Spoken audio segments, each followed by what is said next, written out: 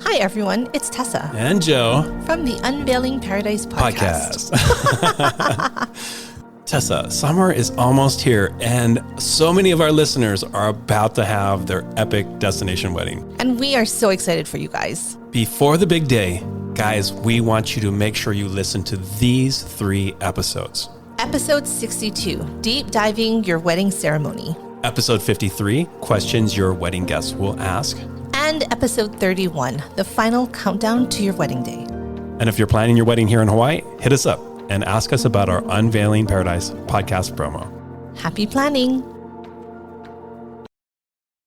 Welcome, everybody, to another episode of the Unveiling Paradise podcast. Good morning, Tessa. Good morning, Joe. How are you ready for today's show? Yeah, I'm super flowerfully ready. Yes, and that's exactly what we're talking about today.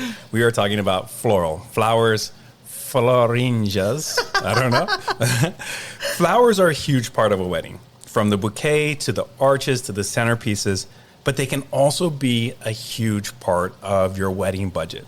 So to talk about this today, we have brought in a very, very special guest, one of my favorite floral designers, Jeff Alencaster, with Creative Concepts by Jeff. And today we're going to be talking about wedding floral myths and myth busters. Is that right? Yeah. Busted. Okay, so some of our common misconceptions about floral. Welcome to the show, Jeff. Welcome, Thanks, guys. Jeff. Thanks, Tessa. Thanks, Joe. Thanks for having us. So excited to have you here. Yeah. Before we get started, can you tell us a little about what got you into this amazing, crazy industry?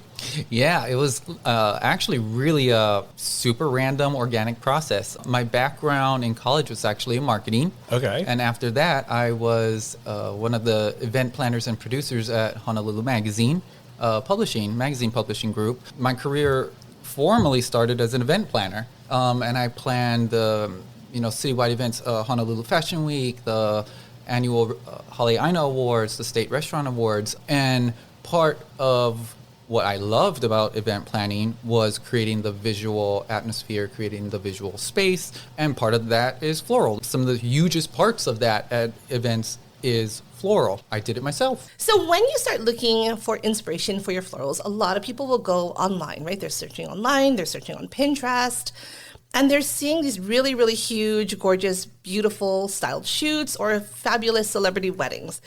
What they do is they start making assumptions of, if we take this and change it a little, this is how I can save money. And I think a lot of it is these making it smaller or adjusting or using different vases or using greenery. Or there's a lot of different ways I think people assume that they can save money. Today, we are here with Jeff to talk about some of the common misconceptions. And I think we are here to bust them. Jeff, are you ready to be the floral myth buster? I am ready, Joe. All right, let's get started. Welcome to Unveiling Paradise, your go-to destination wedding podcast. I'm Tessa, wedding planner and owner of Fred & Kate Events. And I'm Joe, wedding and adventure photographer of Joseph Esser Photography. We are based in Hawaii, one of the biggest, most popular locations for destination weddings. We want to share our real-life experiences with you, give you insight from a professional's perspective, and still make sure you're having fun in the process. We're huge believers in the fact that planning a destination wedding can be one of the most amazing experiences, and we want to bring you along. We're so excited to talk with you about weddings, Hawaii, and everything else under the sun. So pack your bags and let's get started. Welcome, everybody, to the show today. Tessa, I just shared this link on Instagram. It was this famous floral designer, and you see these pictures, you see these videos. It's like $1 million weddings for design and decor. So guys, where do we actually start, right? So when you're seeing these inspiration boards and it's just completely unrealistic for most of our couples, where do you start? Where do we start, like in actually jumping into like guiding our couples in the right direction? Delete it. Put it away. Put it away. Delete it. Because I also have a thing against Pinterest. Ask Joe. Yeah. We are not friends, Pinterest and I. I hear you. 100%. Yes. Why do you think that? I'm so happy that you're on my side, Jeff. Yes. So this is perfect for flowers. Pinterest is amazing as a tool to collect color combinations and a general look and feel for floral. But the picture that you're looking at when was it? Was it, last year? Was it 10 years ago? What part of the world did it happen in? What flowers that are in that photo? Are they even in season for your wedding date? There are so many layers that go into that in terms of taking that inspiration and turning it into something creative and unique for your day versus trying to copy something that you have literally zero background information on, if that's even realistic to approach. There's this picture, and I think I've probably referenced it with Joe probably 4 times on our episodes. This beautiful table, like literally half in the sand, half in the water, taper candles, beautiful florals all the way down. And I get that picture so many times from my clients. And I'm like, this is a styled shoot. This is not real. These candles blew out the second they took that picture. But it's that reality versus expectation. And I think my job is often to kind of help myth bust. And that's why, today I kind of want to go through some of those floral misconceptions to get an idea of truly what is realistic for someone's wedding and what's not. You shared about 20 different things that we want to talk about today. And so where are those flowers in season? Let's break this down piece by piece because there's so much that we want to share. And we want to set everyone up for success when they start planning their wedding. What is actually realistic and what is just not even on the table? When you get those inspiration boards, how do you address them? Do you have to walk your couples through that whole thing where it's like, listen, we can't get these flowers, and what's a better place to start? First off, I think with the floral design process, obviously that's one of the really fun parts of the wedding. I get a photo from a couple, and I know they're so excited. They're so excited. They're so inspired from looking at that, and that's where our job really is to take that excitement, that creativity that they're feeling, and rein it in isn't the most positive way of framing it. But really, that is the reality of it.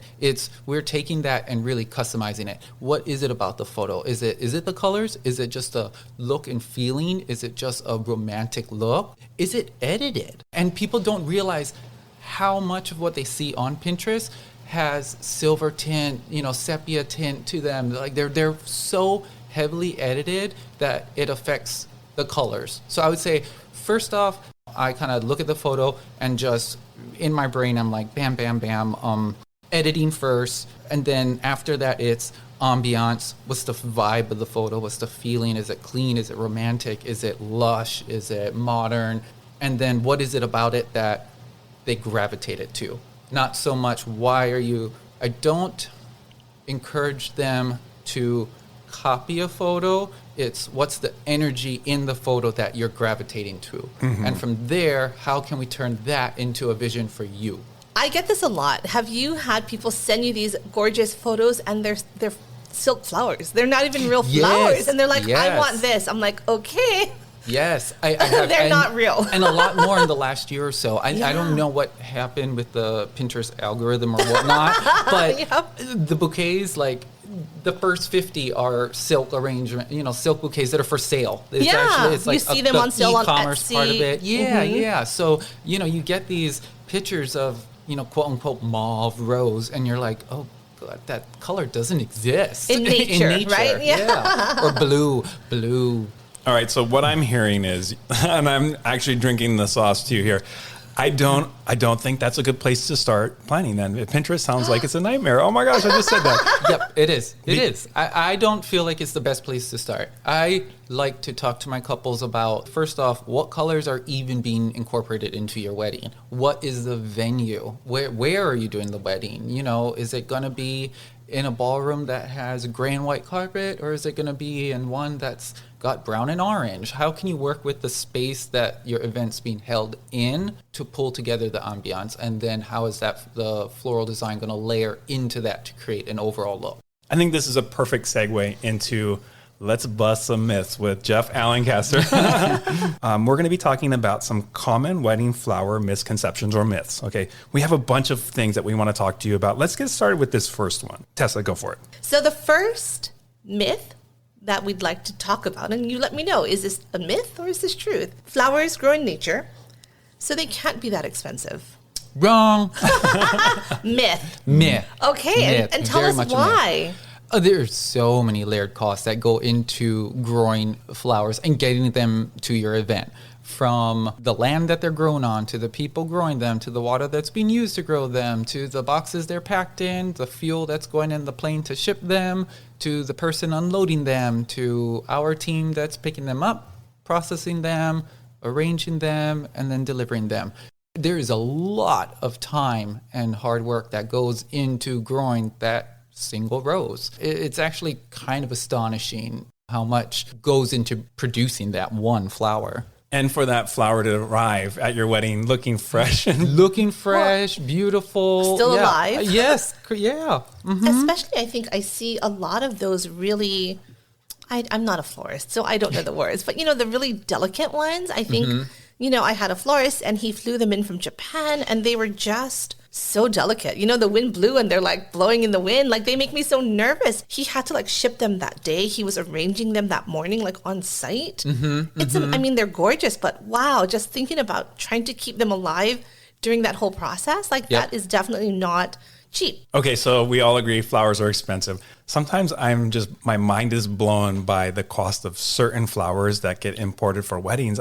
Some of the orchids that you guys use for design, you're like, oh my gosh, what do they cost? What are some of the most expensive flowers that you guys import? And maybe people aren't even aware of how much they actually cost. Yeah, sure. So, Phalaenopsis orchids, that's one of the most popular wedding orchids. And right off the bat, you're looking at $25 to $35 a stem on one of those. Vanda orchids, a Vanda orchid plant will run you upwards of $50 for one stem of flowers. So yeah, it's quite astonishing. And then obviously you have the range of when there's a prime bloom time for each variety of flowers, where it does affect the price a little bit, but it's not the cost savings that people assume it will be. I think the funny thing too is I've had at least 3 couples in the last 6 months that want peonies for their wedding. They're coming destination and they're like, they grow in my backyard. Why are they so expensive, here in Hawaii? But again, it is that the shipping and they're just so fragile, right? So bringing them over. And again, correct me if I'm wrong, because again, I'm not a florist, might be making it up, but their season is pretty short too, right? Yep, correct. May through June. Yeah. That's prime peony season. And you can obviously get them in off-season times, but then you're talking about imports out of the U.S. You're looking at countries outside of the U.S. at that point. Which is more money, I assume. Yes, a lot more. So plan your wedding for your flower bloom. If that's important to you, for sure. Okay, Tessa, our next statement. Is this myth or fact? Flowers are a good way to cut costs and save money. Myth. Myth. Agree. And why? I think everything we talked about in terms of from the cost of the flower itself to the design process. Obviously, a lot of time and effort from your florist goes into producing the designs for your wedding. And so, flowers are an investment. They are a key investment of creating that vision. So it isn't a way to cut costs or save money. It shouldn't be thought of as a way to cut costs and save money. As a designer, so, florals are expensive. How do you maximize your floral use for a wedding? Yeah, I think that's where we do get really creative. Everything from repurposing the pieces that we design in your arbor. That's a main one. We do that at 97% of the weddings that we set up. We design the arbor pieces with the intention that they are being reused on a sweetheart table or a head table. Obviously, your arbor is so heavily photographed for the ceremony, why not use that? That's a showpiece. Don't cut back in that area. My general rule that I kind of tell couples to follow is big budget items, bouquets, arbor, head table, items that are very heavily photographed. That's your wedding album. You're not necessarily going to print and frame a photo of a cocktail table. So those are areas that you can consider cutting back on. But keep your budget focused on the high impact pieces that are going to be very heavily photographed, because those are the pieces that you are going to print, you're going to frame, you're going to share with family and friends. All right, let's move on to our next myth. Go ahead, Tessa. So I get this all the time. You know, when I'm meeting with couples, and I'm sure you do too, Jeff, they want to have a certain flower in a specific shade or specific color at any time of the year. What are your thoughts on that? Myth? Yeah. Myth. So you Myth. cannot get get a certain color of a flower at any point in the year. Correct. Because every flower is going to have a different blooming season, right? So it's not about the flower variety. I tell my couples it's about the color. You can get a color in different flowers. Don't marry yourself to it has to be this dusty blush quicksand rose. At some times of the year, they're hard to get. It's like asking for you're planning your wedding around Valentine's and you're like, I want red freedom roses. And you're like, oh, good luck. You're fighting every other florist on the planet for that specific one because you want that red. No, not going to happen. But we can get it in other flowers. Okay, so explain that a little bit more for me. I'm not quite following. So you're saying don't get married to the flower, get married to the color. Yep. And correct. then, so how would you balance that? How do you make that work? Yeah. So it's really, it's like I said, it's more about the vibe you're going for. Does it have to be a rose? No. There's beautiful carnations now. People cringe at the word. They, still think of carnations as, oh, this cheap flower. From the 1980s. No. There are so many varieties of carnations now that are gorgeous, stunning, kind of Victorian beiges and mauves and muted pinks that you actually can't mimic in any other type of flower. It's more about the look, the vibe you're going for than the flower itself. You know what? This is a super good topic because I'm already just thinking of colors that I know exist. But there are those scenarios like somebody says, okay, coral. Coral is a color that literally no two people think of as the same. Exactly. It ranges from pink to orange to red. Yes. If you say coral, everyone has a different color in their mind. That's interesting. That is a color that is so hard to nail down and work with because the flower variety in coral is a lot more limited than red, white, orange, your basic colors. Coral is like its own little mini-verse in the flower world. Exactly. And I've had a lot of brides, and I have a specific bride in mind right now where she was very specific about her coral, and she didn't want it pink, and she didn't want it orange. So it was very coral, like nothing else. And I felt like as we were talking with the florist, I kind of pulled my bride to the side, and I'm like, we're setting ourselves up for disaster. Like it's impossible in nature to guarantee this exact shade of coral. Would you at that point consider silk flowers? Because there's no other way that you are going to guarantee that exact shade. Yeah. So in those instances where there's like a color that just doesn't exist naturally, in flowers. I mean, and there's a lot of dyed flowers now. Don't use them. But that's where I suggest, hey, if that's a main color as part of the wedding theme, then incorporate it into things like napkins, signage, font. Use that as your non-floral elements. And I always tell people that as a tip, right? If you're set on a very, very specific color, use it on something that you can physically see, right? Your napkins, your linens, something like that, exactly. Where you can choose that exact color and have the florals accent in your whites or greens or whatever other accent with that color. Flowers complement. Right. Well, and also like flowers are in nature, so they're wild and free. Yep. Like us, Jeff. Very much so. Okay, so this is sort of blowing my mind, guys. I'm like listening to you talk about this, Jeff, and I'm like, wow, if I was thinking about DIYing my flowers, which I think a lot of people, we're going to get into this as a myth in a second, but if I was to think about DIYing my flowers to save money, oh my gosh, like the knowledge that you have of alternatives and thinking about through design, like, oh my gosh, I already know, like, super bad idea to do this. Let's jump into this. I think a lot of times people see the cost of flowers, right? And they think, I'll save money if I do it myself. Is this a myth, or is this something that, like what we want to talk about?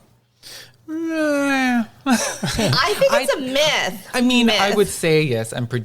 Yes. I would agree. I would say myth as well. Mainly because we're in Hawaii. You have to account for the extra fly time, cooler time. I mean, who's got 3-door reefers at their house? We do.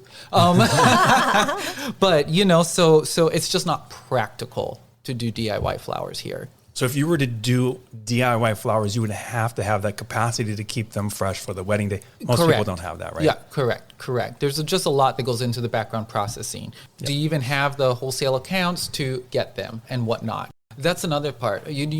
Because we are ordering flowers in such huge quantities week in and week out, we have relationships with the farms, with the growers, with the big wholesalers and whatnot. So we're sourcing our flowers direct from them, which you're not going to be able to do it. So just taking a step back, right? When I'm thinking DIY flowers, right? And again, I've had some of my couples do it, and it's really difficult for a couple of reasons, right? Number one, it's more expensive. They don't get the discounts and the, not even wholesale, but again, those relationships with the farms that you have, right? So the flowers are going to be more expensive a la carte anyway. In addition to that, you don't know how much you need, so they will always tend to overbuy. So every couple that does a DIY wedding will end up with a bucket of extra flowers that they purchased and put it somewhere because we bought these extra flowers. Yep. My next thought too, and this is not cost saving, but just practicality, is at that point you're normally having your mom, your wedding party, someone working on these flowers the night before because you can't do it a week in advance. So you're setting it up the day before. You're finding a place to store it. So they're trying to blast the air conditioning in their hotel room, hoping that it lasts, right? Or they're shoving it at someone's house or something. But there's so many different steps. This is what you're paying for. You're paying for your florist, who is a professional, to get you the great prices, to design something that's absolutely beautiful, to come in, set it up, clean it up, and you don't have to worry about all of that. Yep, exactly. I mean, I couldn't say it any better. It's funny because I literally just yesterday talked to a couple that had done a DIY wedding. That was their biggest regret. She was telling me that the groom was running around trying to put the centerpieces out himself, and she didn't want to touch anything because she didn't want to get her dress dirty before the ceremony. And at the end of the day, she said it was not worth it. It was not worth the stress. And it's timing too, right? If you put the flowers out too early, they're going to start to wilt, right? Or if you don't have them refrigerated, you could spend all this money and it's just like garbage. Correct, yeah. Clear top 10s Clear are top a 10s. flower nightmare. Yes. Oh, thank you. Yes, clear top 10s. Giant magnifying glass. And a cake disaster. Yep. That's for another episode. Yeah. Okay, this one is 100% a myth. And I cannot wait to hear what Jeff thinks. I'm pretty sure we are on the same page, Jeff. I've heard people say this. I'll save money by using bud vases. Get out. You're done.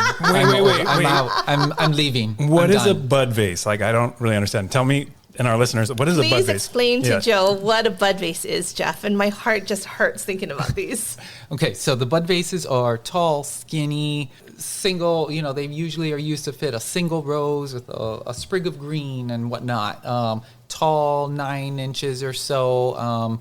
And we get thousands of Pinterest pictures of bud vase tables where there's 15 bud vases on a table with one delicate bloom in each one, tall, skinny taper candles, delicately lit in beautiful shades of blush, which sounds amazing. It is not practical. 100% of the time, guarantee they will blow over, they will fall over. Okay, so these are like 6 to 8 inch vases, right? This is what we're talking about. Yep. And they can be different shapes, right? Some of them are kind of a rounder base. Some of them are more angled, but it's that Pinterest vision of multiple little vases with single or 2 stems per vase. Okay, Jeff, so I just want to make sure that we're clear. When you're talking about them being completely impractical, you are referring to outdoor venues. Correct, Tessa. Yep. We do a lot of outdoor weddings, and so we do get that request a lot. And we always advise our clients that it is not a good idea. They tip over with the slightest breeze. You have water spilled all over your linens. They just don't work. In indoor settings, they do work. And it really depends on the space that you have to work with. And so I want to circle back to the original myth, right? It's because we know that they are impractical outdoors, but what about the myth of it saving you money? Because it's a couple stems versus a full arrangement. Yeah, I do consider it a myth because the volume of the glassware itself plays into the cost factor. Obviously, everything has to get shipped here via plane or boat, so glassware in and of itself is already an expensive item. Even though that is just a bud vase, you're looking at $3 to $5 per bud vase. Now you times that to 5, 7, 10 per table, you're looking at upwards of $25 to $30 of vases with no flowers yet, versus one vase on a table. So yeah, when you think about it and approach it that way, it's very easy to see how they are not a cost-saving design. And my thought, too, is it always comes back to labor. So if you, as a florist, are setting up 100 little vases, it's the prep for that. It's the coming back at the end of the night to clean it up. It's a lot more labor, which to me is equally as expensive, if not more so, than the floral sometimes. Correct. Yep. It's all the Dawn dish soap that we're using to wash it and all of that all the time that goes into prepping them. Exactly.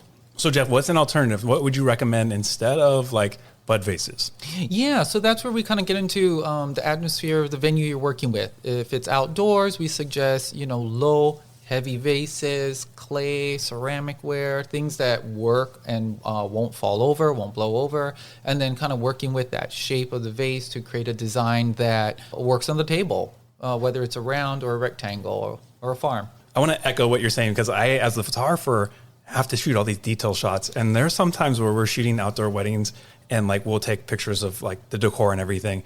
And then wind comes through and water's everywhere. And the coordinator's like, did you get the photo before, did you get it in time? And that always happens, yeah. right? And so hopefully you do, but once those tip over, everything doesn't look pretty anymore. Yeah.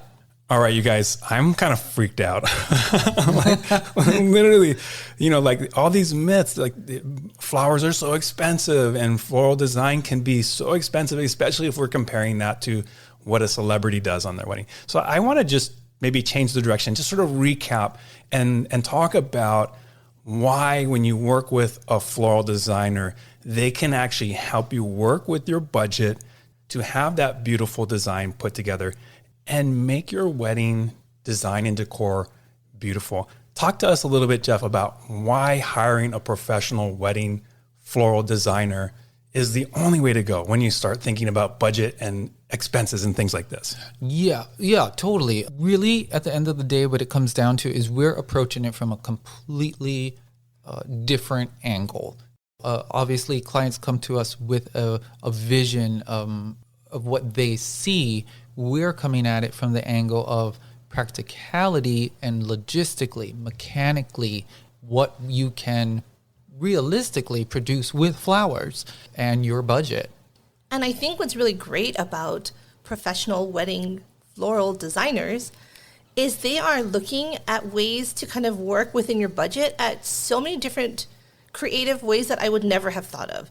There's the obvious, right? Moving your arch pieces to your reception. But, I've had other florists that were like, well, okay, if they can come and pick up the bouquets in the morning or someone can pick it up, then we don't have to have a delivery cost in the morning to the hotel. Mm-hmm. And I'm like, oh, perfect. So I think working with a professional, they know every possible way that you can save a little money and still get the best experience, the best florals for your wedding. I think everything that you said today, Jeff, just makes sense, right? It's really, I think, as your florist and as your wedding planner, our job is to kind of help you with your vision, right? So taking that Pinterest vision and transferring it to reality. So something that you are going to love just as much as your photo, but realistically, what can we do to work within your budget? What can we do to work within your venue and create this experience that you will have as your own and forever love and remember? Yes, exactly. I love that. That's your own. It's for you. It's custom tailored to you. And I think that's what the main takeaway is, we customize visions to you.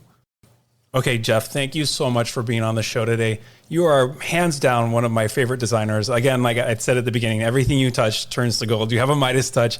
And it really, for me, when our couples work with a true floral designer, it elevates that experience. And that's really, again, like what you do, and you do so well. So thank you for sharing all your tips. You're welcome. I mean, thank you for having me. This is great. I love sharing advice and really walking people through how to do this. Well, before we let you go, really quickly, tell us everything about how can our listeners contact you, get information about your business, and how to work with you. Yeah, so I mean, primarily on Instagram, we're on the gram. You can look us up at Jeff Alencaster, and our website, jeffalencaster.com. And really, I've got a WordPress form there. Go ahead, fill it out, shoot it over to us. I'd love to chat with you. Thanks again for listening to another episode. If you liked it, please make sure that you follow us. If you have any questions for Jeff or us or anything wedding related, just email us, unveilingparadisepodcast@gmail.com. Check out our new website, unveilingparadise.com. It is amazing, and we can't wait to see you back here soon. Thanks for listening to another episode of Unveiling Paradise. If you enjoy our show, please follow us and rate us on Spotify or wherever you listen to podcasts. It would really mean a lot. And don't forget to also get on our mailing list and follow us on Instagram. Just do it already. Until next time, this is Tessa. And this is Joe. And don't forget, your happily ever after is just a plane ride away.